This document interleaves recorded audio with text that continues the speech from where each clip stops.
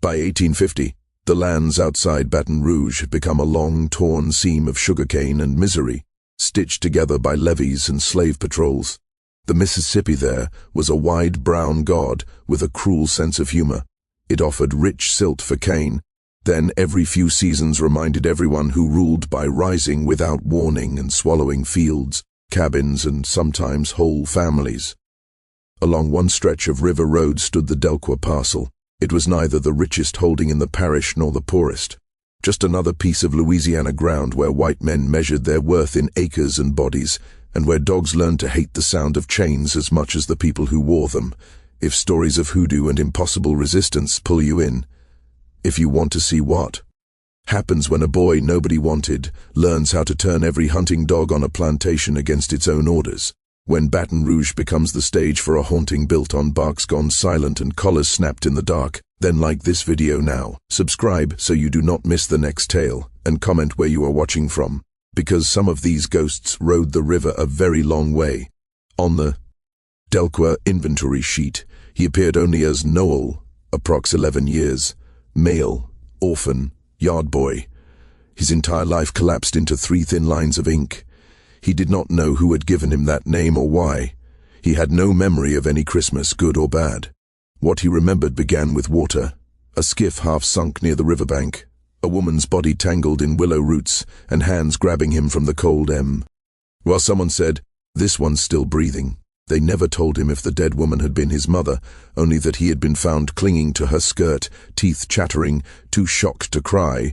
Because no adult claimed him and no bill of sale tied him to a particular bloodline, Noel slipped into the strange category plantation people kept for orphans. Extra mouths, extra hands, useful and dangerous at the same time. Too young for the hardest field labor, too hard-eyed to inspire much pity, he was put to running errands between the big house and the quarters, hauling water, chasing chickens, and doing every task that needed a body small enough to slip through gaps, and unimportant enough that no one would miss him if he fell from a wagon. What the overseer did not notice, busy as he was with weights, measures, and lashes, was that Noel's real work was something else entirely. Watching. He watched the river, how it rose and fell like a chest breathing. He watched the cane fields shiver in the wind, and the lines of people bending and straightening inside them like a single creature with hundreds of ribs. Most of all, he watched the dogs. Delqua took pride in his hounds. They were big, raw-boned brutes, a mix of bloodhound, cur, and whatever else could be trained to follow a scent through swamp and thicket, without stopping to wonder why it was always black sweat they were chasing. The master boasted that his dogs had never lost a trail, never balked at water, never flinched from gunfire. Patrollers from nearby properties sometimes came just to watch him work them, at me. Ring how a snapped command in French or English could turn 6 animals into one mind. Noel saw something different. Because he was small and quiet and always there but never important, people forgot to hide things from him. He saw how the dogs dropped their eyes when the whip cracked too close to their ears, how their tails tucked when the overseer beat a man bloody in front of them to give them the taste. He noticed which animals leaned toward which people by instinct. A brindled hound who always chose to lie as close as possible to the old woman who cooked in the big house kitchen. A young dog who whined and pulled at his chain whenever children cried in the yard. Others saw tools. Noel saw nerves, fears, and loyalties. He also saw something no one else seemed to catch, the way the dog sometimes refused. It was never open defiance. That would have been noticed and punished. But every so often when a patrol rode out after rumors of a runaway and the dogs were led to a broken chain or a gap in the fence, Noel saw their nostrils flare and their bodies stiffen. And then, instead of surging ahead, they would hesitate, just the smallest hitch in motion. A paw lifted and set down in the same spot. A head turned slightly toward the tree line, as if listening to something no human could hear. Then the overseer's boot would slam into a rib cage, or a whip tip would snap against a flank, and the moment would vanish. The dogs would howl and lunge, the riders would cheer, and someone who dared to run would soon be dragged back in irons. Noel began experimenting in the only lab he AD, the narrow strip between the kennels and the smokehouse where scraps and bones piled up, and where the smell of meat drowned out every other scent. He had known a little about hoodoo before Delqua, in the way children know weather, not as teaching, but as fact. The dead woman, mother or not, had worn a small leather packet between her breasts when they pulled her from the river, and though the overseer tossed it away with a curse, Noel had already memorized the way she touched it whenever thunder rolled over the cane. In the quarters, he heard whispers about gree-gree bags, foot-track magic, tricks that could turn a master's temper, sour a hunter's aim, confuse a dog's nose. Most adults treated those stories like fire, useful and dangerous, not to be handled lightly, especially not Aro. Und children. But children told one another everything grown folks tried to bury. One evening, when no one was paying him any special mind, Noel took a bone from the slop bucket, small and mostly stripped clean, still smelling of smoke and fat. He sat by the kennel fence, back pressed to rough planks, and waited until the brindled hound wandered close. Her name, as much as dogs had names among the enslaved, was Mare, because she had been born during a storm when the river nearly broke the levee. Noel held the bone through the gap. She sniffed, licked, then gently took it from his fingers. "Don't you listen to them," he murmured almost without thinking, his voice low enough not to carry. "They tell you what to chase, but you know who deserves teeth and who don't." Mare's ears flicked. She chewed, watching him with that deep, unreadable dog gaze. He reached into the pocket of his ragged shirt and pulled out what he had been gathering for days. A pinch of graveyard dirt from the back corner of the quarter's burying ground, taken at dawn so no one would see. A clipping of his own hair. A shred of cloth torn from the hem of a dress left behind by a woman who had run months early. And was never caught. He pressed the pieces together with spit and hope, wrapped them in a scrap of sackcloth, and tied the little bundle around the bone with butcher's twine before giving it back to Mare. It was not proper work. He knew that much from half-heard lessons of older root workers. No prayers spoken over it, no candle burned, no crossroads visited. But it was a beginning, and he had to begin somewhere.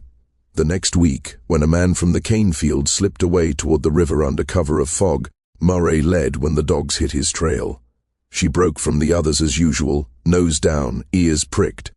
Then, just as the overseer leaned forward in his saddle to praise her, she stopped, her whole body locked tight. The other dogs crashed into her hindquarters, confused, their force wasted. By the time they sorted themselves out, the scent had been trampled into nothing. The overseer cursed. The riders spread out searching blind, and the runaway reached the water, then a skiff headed downriver. He was gone by the time dawn bled into the sky. That was when Noel understood two things at once, that he had touched a real current, not just a child's game, and that he had crossed an invisible line that could get him killed if anyone saw what he had done. He did not stop. He started small so no pattern would show. A dog that suddenly needed to relieve itself at the exact moment its handler tried to turn it down a certain path. A hound that, for no clear reason, began whimpering and backing away whenever it was led toward the old cypress stand that hid a favorite ESC. A brute. A pack that, mid-hunt, split in two, half following the true scent, half veering after a phantom that dragged them sideways into mud and thorns. Each failure cost someone a beating, sometimes a bullet. Noel learned to live with that weight. War had casualties. He was fighting one, even if no one else knew it. He sharpened his work with every trial, listening to elders speak in code abo, herbs that loosened feet and tangled minds. He could not risk asking straight questions. Too much interest in hoodoo could earn a whip or a sale, and he needed to stay on that land if he meant to keep bending its rules. So he listened. He watched.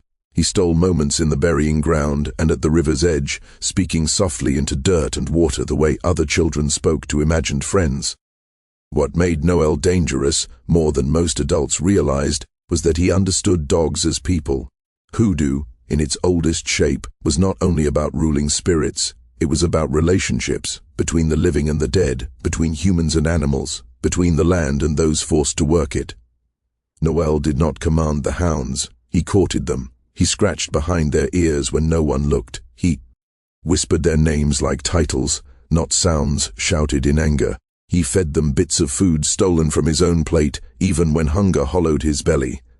Little by little he convinced them he was pack, Once that happened, turning them did not feel like betrayal. It felt like freedom for him and for them, and once freedom is tasted, even a dog remembers the way back to it. He could have stayed hid, den in the shadows of that work for years, quietly ruining hunts, bending chance, shifting outcomes just enough to matter. History might never have noticed him at all, and Delacroix might have blamed his troubles on weak dogs or plain bad luck. But the world rarely allows a weapon to remain half-raised, especially when everything around it is dry powder waiting for a spark. The moment that pulled No. L out of the dark and pushed him toward the dangerous edge of legend began, like so many tales in that land, with a scream and the thunder of hooves. The scream came from the direction of the cane press, where accidents happened often enough that people learned to tell the difference between a startled cry from a small injury and the raw animal shriek that meant someone had lost fingers, a hand, or worse. This was the second kind. By the time Noel reached the edge of the yard, a crowd had already formed. Enslaved workers had abandoned their tasks, white overseers closed in with whips and suspicion alike, and the master himself strode out from the house, his coat flapping and his face already settling into the hard look he wore when property was damaged. The boy caught in the press rollers was maybe 14, new to the plantation, bought cheap at an auction in Baton Rouge, because he had a bad foot and no one else wanted him. His name was Theo, and now his limp was the smallest of his troubles. His left arm was crushed from elbow to shoulder, trapped between iron and wood built to grind cane, not stop for flesh. He was no longer screaming. Shock had dragged him under, but his eyes air open and rolling, and blood poured in thick lines down the side of the press and into the juice trough, turning the pale liquid pink. The overseer in charge, a man named Gaston who cared more about quota than safety, was already shouting orders to reverse the machine, but the gears were jammed tight. Someone would have to tear the whole thing apart to free Theo, and by then, the arm would be assuming Theo didn't bleed out first. Gaston looked at the master. The master looked back. In that brief exchange, Noel saw the decision form in real time. Fixing the press would take hours and money. Theo was a cheap purchase with a useless foot. The math was simple and cruel. Cut the arm, the master said calmly. Get him out and cauterize it. If he lives, we'll see what he's worth with 1 AR. If he dies, it's still less loss than a broken press.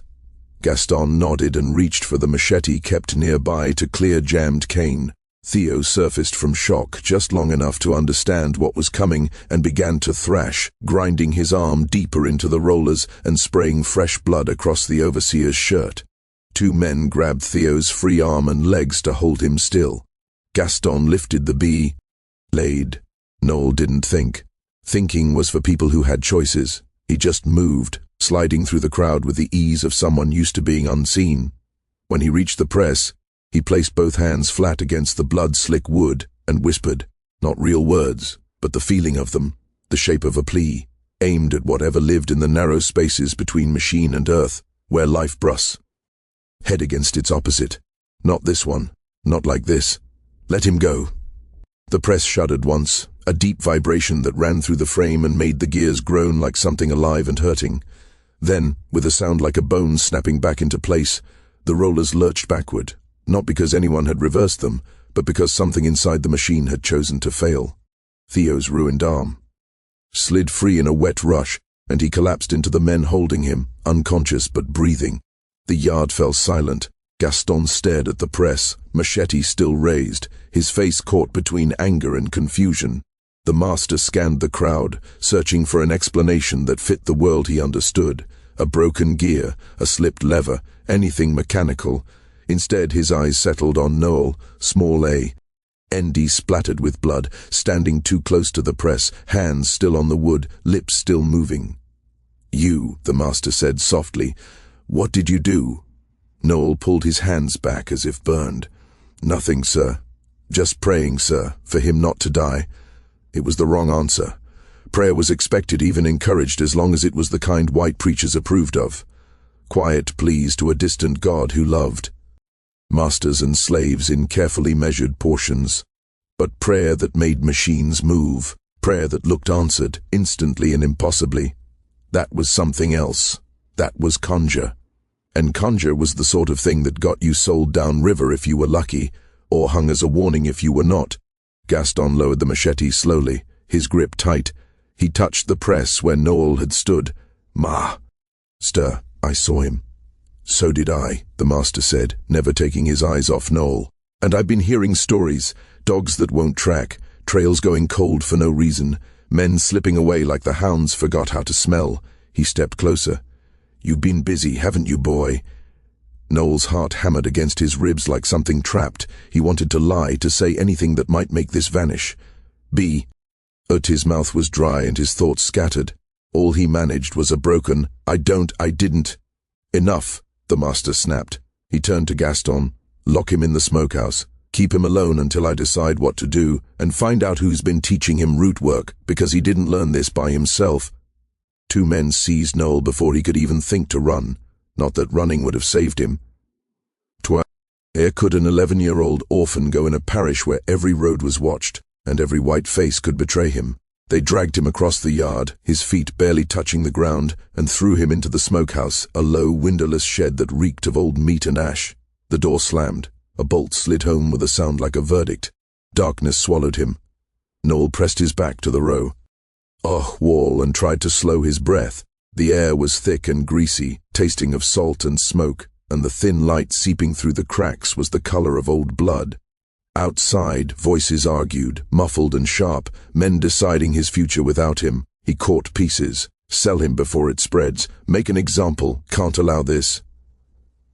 He knew then that he was going to die, or worse. Plantation order dep. Ended on predictability, on the certainty that resistance would always be crushed. Noel had broken that certainty.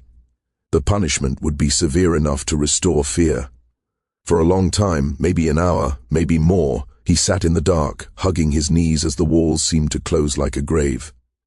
Then he sensed something else inside the smokehouse. Not a person, not even a presence, more like an abs. NCE shaped like attention, a listening without ears. The dead woman pulled from the river, the one who might have been his mother, had once told him, in a memory that felt like a dream, that hoodoo was not about commanding spirits. It was about asking, about offering, about finding thin places in the world where a desperate voice could reach another desperate place. Noel pressed his palms into the dirt floor. He didn't know the right words. He had no training, no protection, only need and the small spark that saved Theo but could not save him. "I don't know who hears this," he whispered. "I don't know if it's ancestors or spirits or the river itself, but they're going to kill me or send me somewhere worse.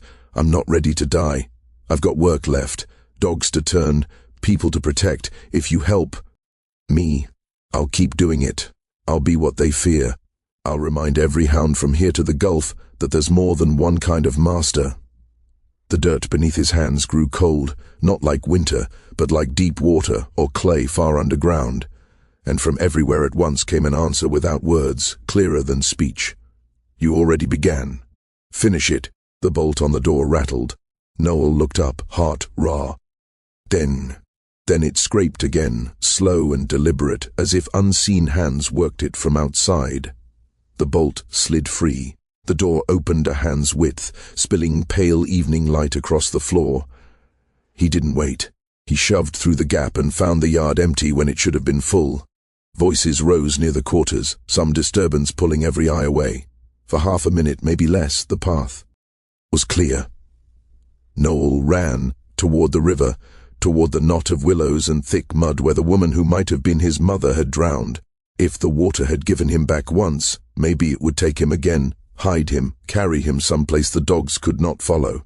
His bare feet slapped against wet grass, his chest burned for air, and behind him someone yelled. They had noticed the empty smokehouse, noticed the open door, noticed the small shape running hard toward the levee. Hooves thundered, dogs started barking. Noel hit the water at full speed, throwing himself into the Mississippi's cold brown grip without slowing. The current caught him at once, stronger than he expected, dragging him under and then tossing him back up, choking and gasping. He heard more shouting, the sharp crack of a rifle, and a bullet hissed past his ear and slapped the water a foot away. He dove again, kicking down, letting the river pull him along and away from Delacroix land.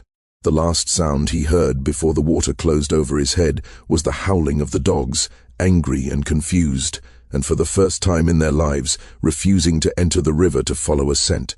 He had done that somehow in the dark. Oh, the smokehouse. He had sealed the pact. The dogs were his now, even the ones he had never seen, even the ones on plantations he would never know. They would hunt when their masters told them to, but they would fail when it mattered most.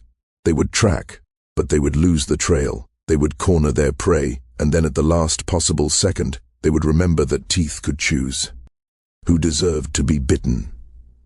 Noel broke the surface half a mile downstream, coughing up river water and grabbing a piece of driftwood. Behind him, Delorque's land was only a dark line against the fading sky.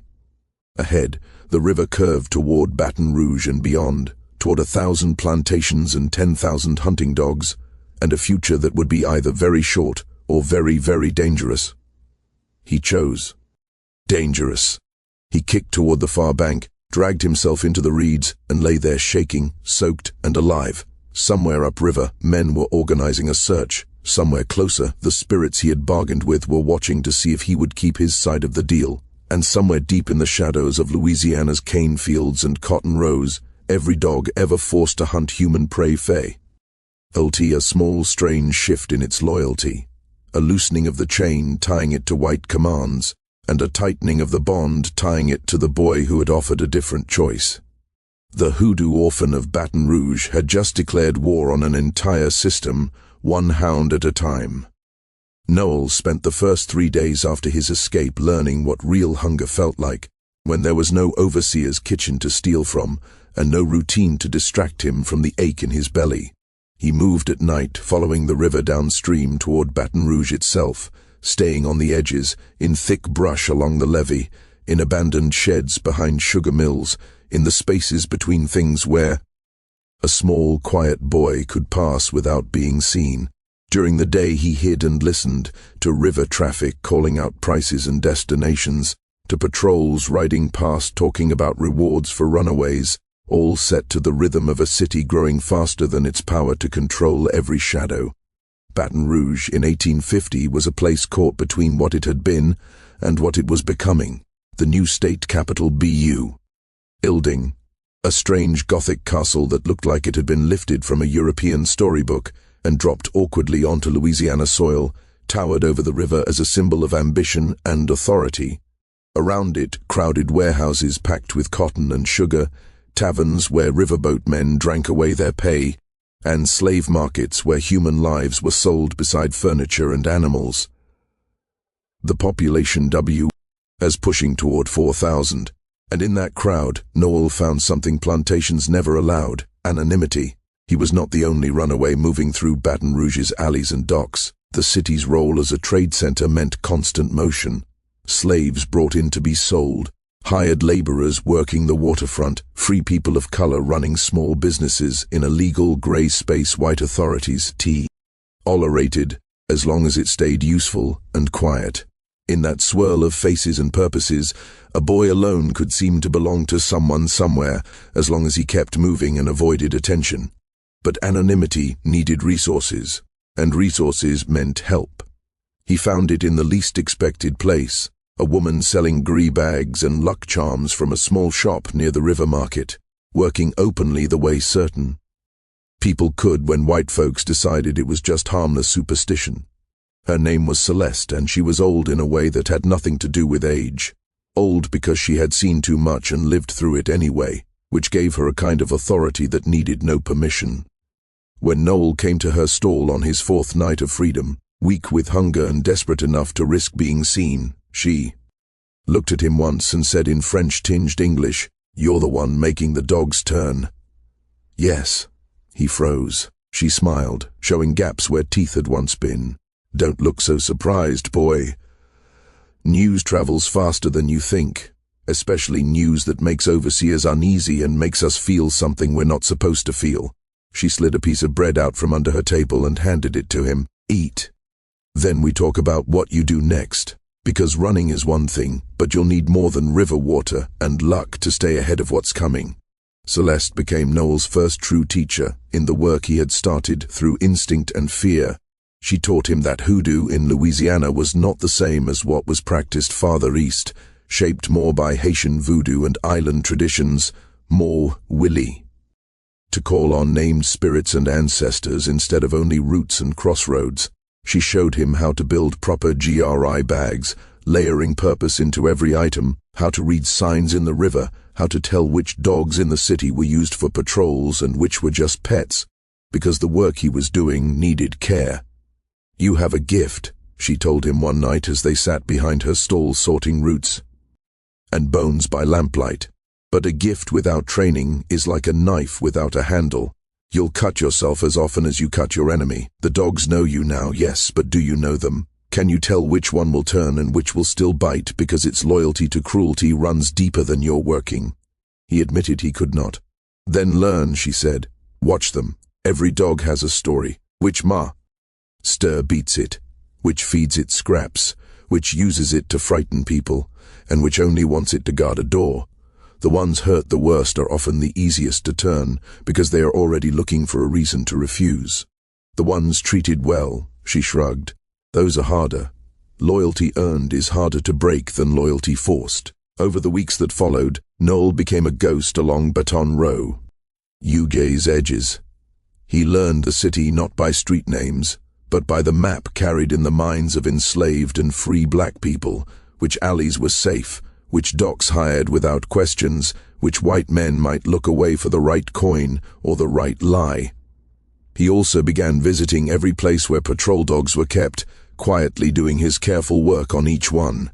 If stories of hidden resistance speak to you, if you want to know how a boy with nothing but hoodoo knowledge and a bond with hunting dogs built a web of rebellion that made slave catchers' strongest weapons fail at the worst moments, then like this video now. Subscribe so these histories of clever resistance reach more people. Comment where you're watching from, because these ways of turning a master's tools against him spread far beyond Louisiana, and share this so the memory of those who fought with spirit work and animal alliance, not just guns and chains, is never erased. A patrol dog kept behind the courthouse had a GRI bag buried under the doorway it crossed every morning.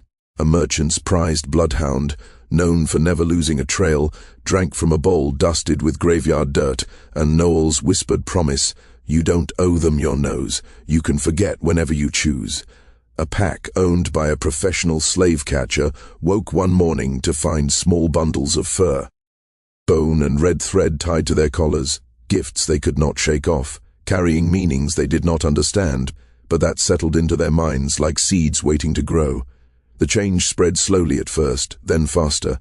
A runaway trapped in a tobacco barn stared in disbelief as the lead hound sat down and refused to move, no matter how its handler screamed.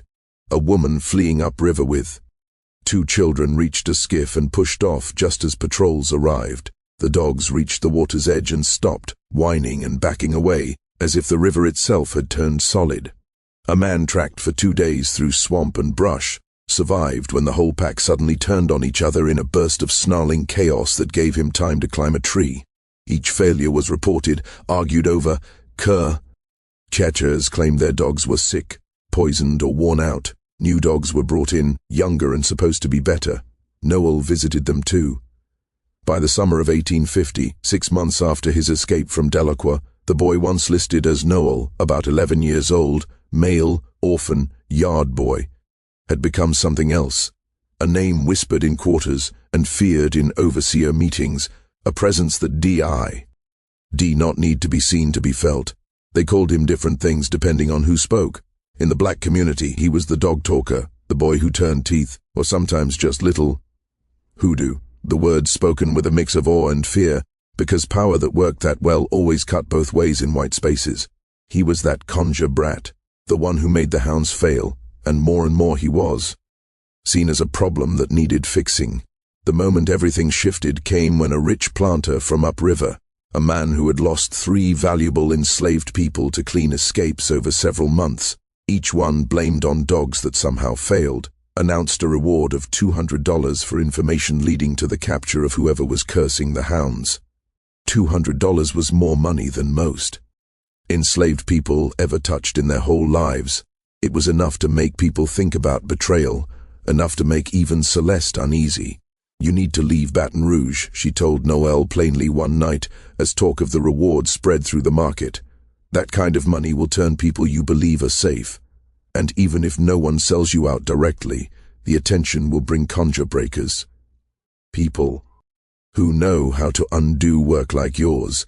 You have done good here, boy, but this city is about to close around you like a trap." Noel knew she was right, but leaving felt like walking away from a fight that was only half finished. "The dogs," he said quietly. "If I leave, what happens to the work I have done? Does it fade? Do they go back to hunting the way they did before?" Celeste thought about it. Inga's busy with a string of charms. Some of it will fade, yes, because you are the anchor, but not all of it. You have reminded those animals that they have choices, and that kind of knowing does not vanish just because the teacher is gone. It sinks in, shows up later in their pups, in the way they hesitate just a heartbeat longer before following an order they know feels wrong. You cannot break the whole system with dogs alone. What you have done is plant seeds. Now you need to stay alive long enough to plant more. He left Baton Rouge 3 days later, slipping onto a flatboat heading north in the dark hours before dawn. Celeste gave him supplies, dried food, a better grease-gree bag than the rough ones he had been making, and a list of names, other workers scattered along the river and inland, people who might help, or at least would not turn him in. "You will be tempted to think you are alone in this work," she said, gripping his shoulder hard enough to sting. "You are not. There are others, some loud, some quiet, all doing what they can with what they have. Find them, learn from them, and for the love of every spirit that has kept you alive this long, do not get careless. I'll catch you in the end if you are not smart." "And if I am smart?" he asked softly. She smiled, sad and fierce at the same time. "Then maybe you live long enough to see some of those seeds grow into trees." The flatboat carried Noel north for 2 nights, clinging to the slow, muddy current while he lay hidden among barrels and crates, breathing in the mixed smells of molasses, river rot, and unwashed men.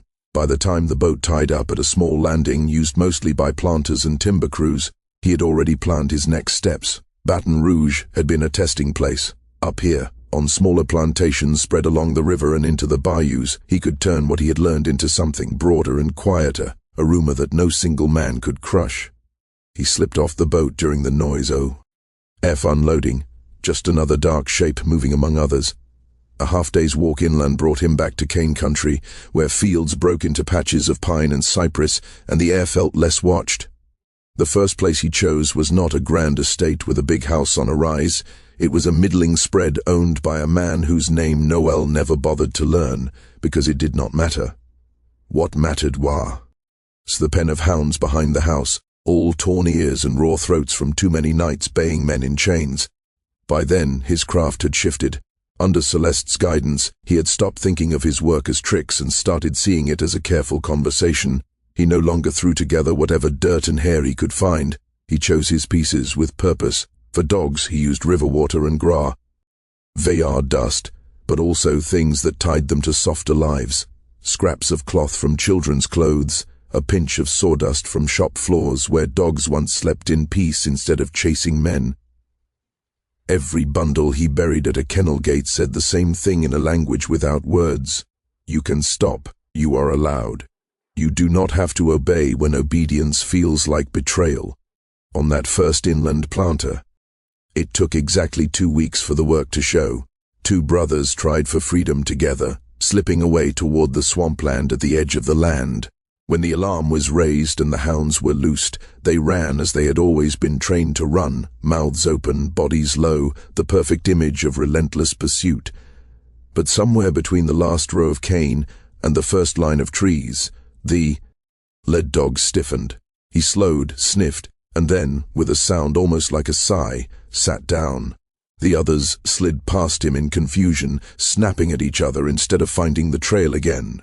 By the time the handlers realized their dogs had stalled, the brothers were deep enough in the cypress to disappear. Stories like that never showed up in court papers or plantation books. They lived in whisper. At night, in the way people started to say, maybe it was him.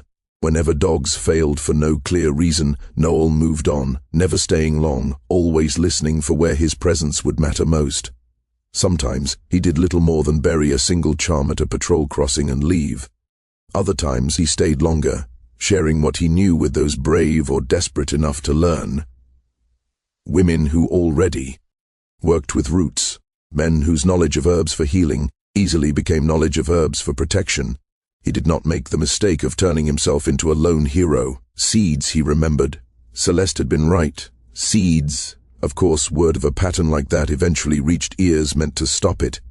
By late autumn of 1850, rumors began to spread among slaveholders and patrol leaders about a hoodoo boy drifting north from Baton Rouge, leaving behind useless dogs and bolder runaways. Some wanted to believe it was chance, just a bad year for hounds. Others, especially men raised on whispered warnings about conjure in Louisiana, took it seriously. They met in a parish courthouse, planters, catchers, the local sheriff, and decided they needed a specialist, not another overseer or preacher, but someone who worked in the same shadows as the boy, only on the other side. The man they hired called himself MC Valet. No one knew exactly where he came from. Some said New Orleans, others murmured Haiti. He was light-skinned, well-dressed, and carried himself with the calm confidence of someone used to moving between worlds and using that skill to his advantage. To white planters he was a root doctor willing to work for them instead of against them. To the black community, he quickly became something harder to name, a traitor, a man who knew the old ways and sold that knowledge to people who used it to keep chains tight instead of breaking them. Valet listened to their complaints, the lost property, the dogs that failed, the shots that missed at the wrong moment, and nodded with grave attention. He asked sharp questions. When did the failures begin? Which animals were involved? Had anyone new come into the parish around that time? When the Baton Rouge boy was mentioned, a spark of interest crossed his eyes. He took their money, promised results, and began his own quiet journey along the same back roads Noel had walked. When they finally met, it was at a crossroads heavy W.ith choices. Noel had gone there on purpose, following the old rule that big work needed places where paths crossed and lines blurred. He meant to bury a new set of charms there, something wider than dog work, protection for people passing through on the run, a kind of unseen cover that made riders look past them without knowing why. He felt Valet before he saw him. The air at the crossing went Saint-ill, like a breath being held. Birds fell silent. The hum of insects dipped, then rose again, uneasy. Noel's skin prickled the way it had in the smokehouse just before the bolt slid free. Only this time, the attention pressing in did not feel kind. It felt weighing. "You chose a strong place," a voice said from the shade of an oak. Smart for someone who started out alone. Noel turned. Valet stepped into the light, hands open, posture easy. He looked more like a trader than anything else, fine boots, a good coat, a small leather satchel at his side. Only his eyes gave him away, deep, alert, amused, like a man who already knew the shape of the story and wanted to see how close the truth would come. "You are him," Noel said, "the one they brought to stop me." "That depends on who you ask," Valet replied. "E.D. To them, I am here to fix their dog trouble. To you," he tilted his head, "I suppose I am a warning. Magic that pushes one way can be pushed back another. You know that, yes?" "Yes." Noel did not move. "If you are here to help them hunt, there is nothing for us to say." "On the contrary," Valet said, his smile stopping short of his eyes. "We have everything to say. You have done something impressive, foe. Someone your age. You have turned one of their tools sideways. But you are not the first, and you will not be the last. What you might be is dead before you grow into your full strength, unless you learn how to choose your fights." Noel bristled. "I have been choosing just fine." "Have you?" Valet asked, gesturing toward the road. "Right now, every patrol in 3 parishes is looking for a thin boy." "Why?" "Sharp eyes. Men who would not have chased a single runaway before are forming posses because you shamed them. And that does not fall only on you.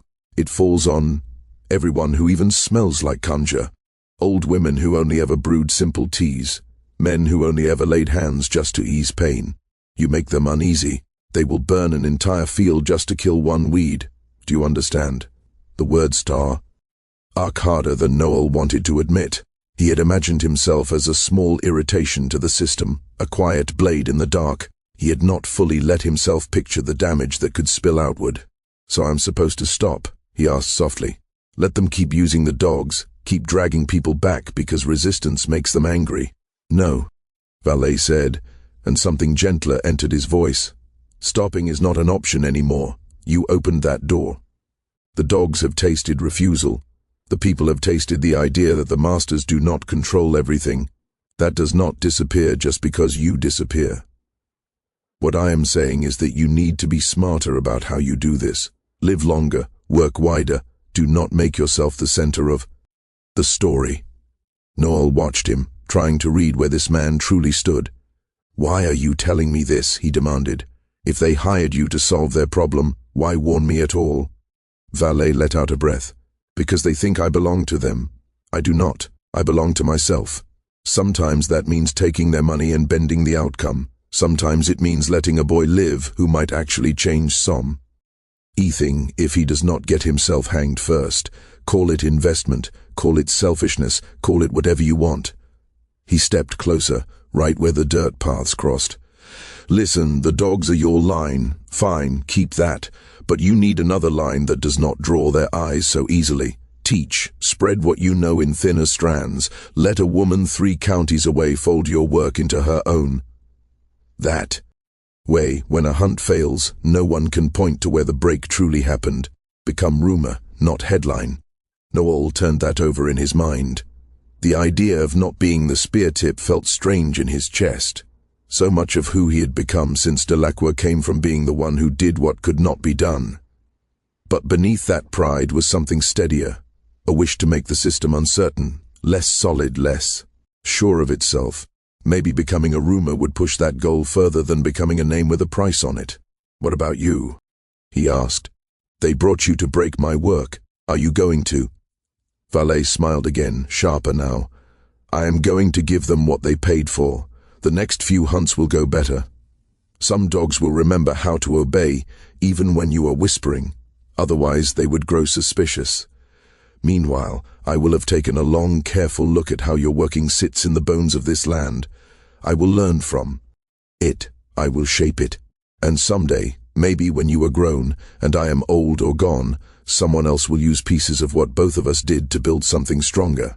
He rested a hand on Noel's shoulder, the touch surprisingly gentle. "You are not the first spark, Noel, but you are a bright one. Do not burn yourself out all at once." Then, before Noel could decide whether to thank him or curse him, Valet stepped back from the crossroads and walked away down the road, boots crunching on gravel, his satchel swinging at his side. That night, patrol dogs in 3 nearby parishes followed orders with unsettling efficiency. Noel felt the resistance in them weaken, like a muscle pushed past its limit. A man was caught. A woman and her child were dragged back in chains. The backlash hurt more than EXP. TTEDD. It felt like failure, like something deeply personal, but beneath that pain grew a new understanding. He was not the only hand moving the board, and not every player stood clearly on one side. He adjusted. He stopped working on every dog he crossed and focused instead on those whose eyes already held questions. He spent more time with people than with animals, teaching small pieces of lore in ways that did not look like lessons. Stories shared as entertainment that happened to carry the right herbs, the right prayers, the right ways to bury something at a doorway without being seen. He kept moving, never staying long enough for any one place to rely fully on him. It hurt them at times. It hurt him too, but it also meant that when whispers spread that the boy had been seen and patrols earned that way, he was already 2 steps ahead, and the work he left behind kept going without him.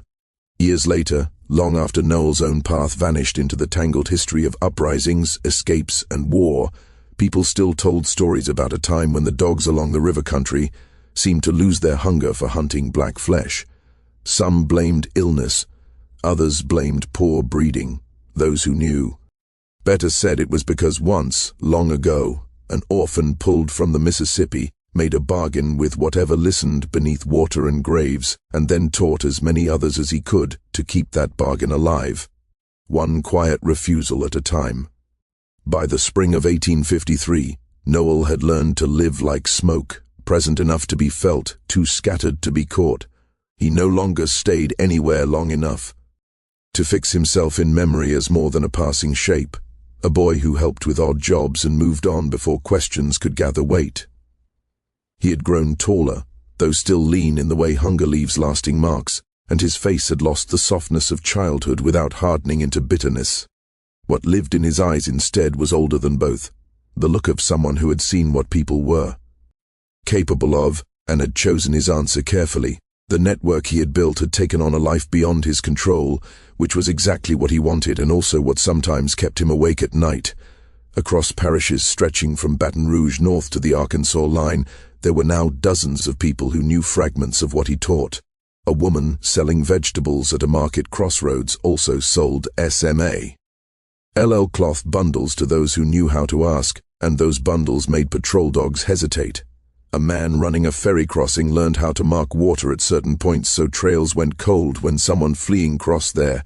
An old healer who had mixed medicines for decades added new elements to her work, protections that confused pursuers in ways that looked like luck instead of craft. None of them used Noel's name. That was by design. He made it clear from the start that the moment this became about one person, that person became too valuable a target. Spread across 24 hands in a dozen places, the work became weather, something people adapted to, something that could not be arrested or hanged because it had no single throat to cut. Still, there were costs, for every person who reached freedom. With the help of a turned dog or a fog that rose at just the right time, there were others who did not. Noel carried those names when he learned them, adding them to a list in his head that he sometimes spoke aloud at crossroads, as if naming the dead properly might balance a small part of what was owed. The truth came slowly and bitterly. Even the smartest resistance could not save ever. Yon. The system was too large, too rooted, too willing to burn everything rather than allow even the smallest crack. The closest he came to capture did not come from his hoodoo work, but from simple exhaustion. He had been moving for 3 days straight, sleeping only in brief snatches, trying to stay ahead of rumors that a conjure boy had been seen near a parish line. When he finally stopped in an abandoned tobacco barn, he slept too deeply and woke to dogs outside. Not patrol dogs. Hunting dogs, yes, but not trained for chasing people. They belonged to a trapper who used the barn to store pelts and had returned earlier than expected. Still, the man saw a black child with no clear owner, which was enough to raise suspicion. He called out, asking whose boy Noel was, and when Noel's mind, still heavy with sleep, failed to form a lie fast enough, the trapper's hand went to the pistol at his belt. Noel ran, not toward the road where the shout might bring others, but toward the tree line where the ground turned soft and uncertain. The dogs followed, baying with the joy of animals doing what they loved, instead of what they had been forced to learn. For a terrible moment, Noel feared high. Work would fail, that these dogs lay too far outside his reach.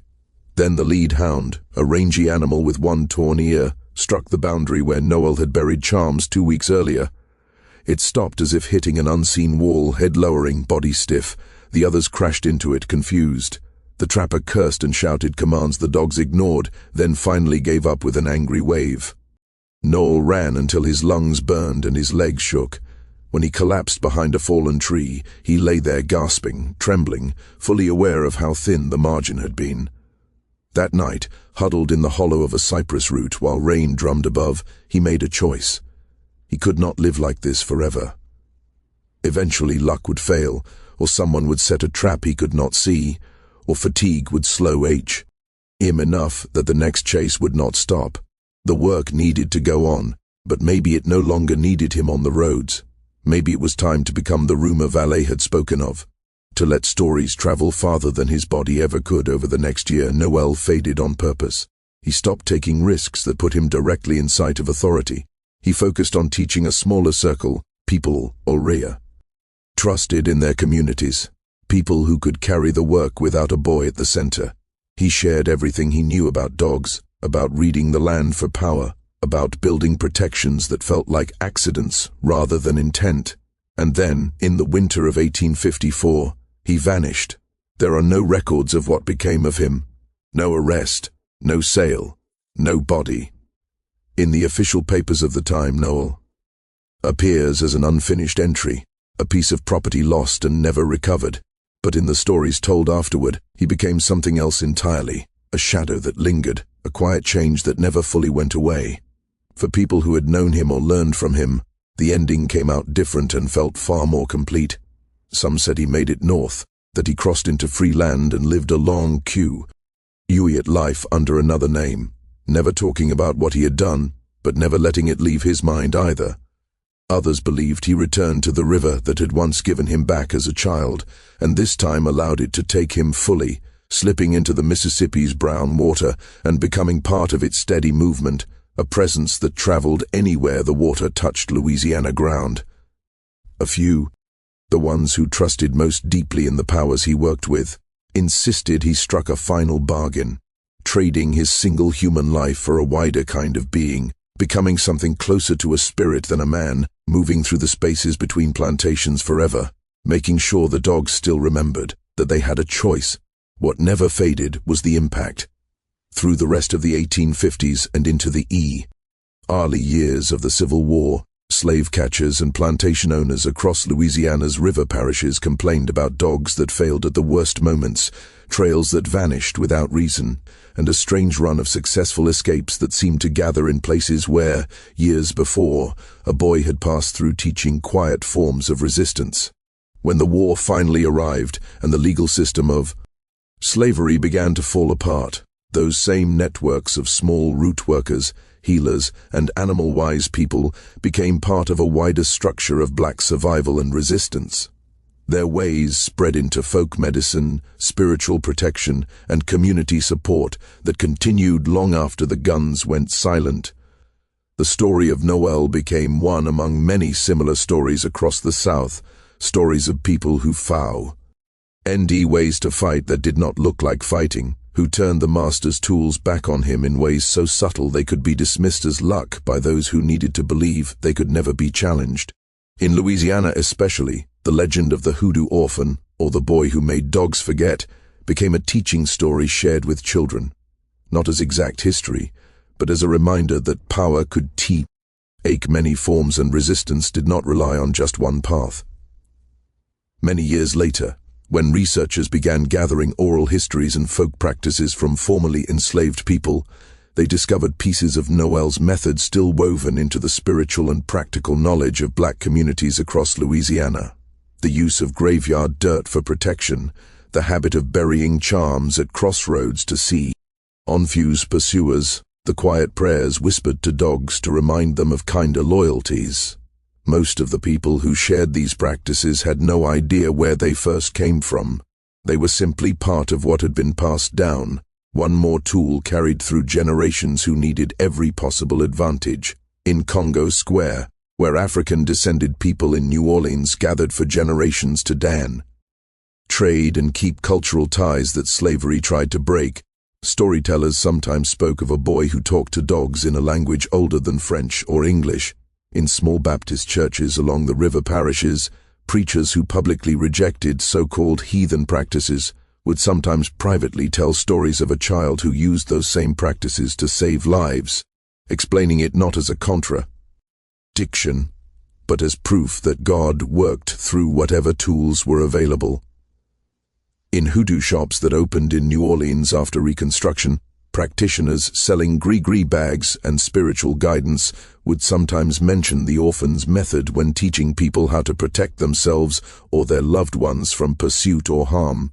Marie Laveau, the most famous voodoo practitioner of 19th century New Orleans, may have heard these stories. Dr. John, the rival root worker who claimed royal African roots, almost certainly knew them.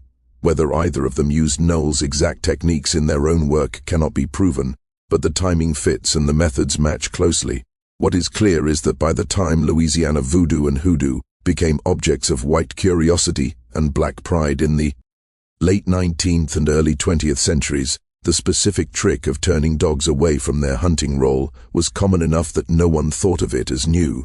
It was simply what you did if you were serious about the work, and if you understood that animals, like people, could be reminded that they were allowed to refuse. If you followed this story of Noel, the orphan pulled from the Mississippi, who learned how to turn hunting dogs into partners in refusal, who built networks of resistance that lasted beyond his own strange disappearance, who showed that hoodoo could be both spiritual practice and practical weapon, then like this video, these histories of creative resistance deserve to be remembered as clearly as any famous battle. Subscribe so more people can learn how enslaved people fought with every tool they had, including those white records tried to dismiss as superstition. Comment where you are watching from, because the methods Noel taught traveled far beyond Louisiana, and the lessons about turning power's weapons back on itself still matter wherever control depends on violence and watching eyes. Share this story. So the boy who taught dogs to forget their cruelty is never forgotten himself. His refusal to believe that the powerful controlled everything, even the loyalty of animals, helped open the cracks through which thousands of people found their way toward freedom. The river that once gave Noel back as a child, and may have taken him again as a young man, still flows past Baton Rouge, past the old Delacroix land, past all the places where he walked, worked, taught, and disappeared. And if you listen closely on certain nights, people say you can still hear dogs in those parishes refusing to follow the trails they are meant to follow, sitting down at invisible lines, choosing mercy over obedience, not because they are sick or poorly trained, but because somewhere deep inside them remains the echo of a boy who once told them that they were allowed to say no.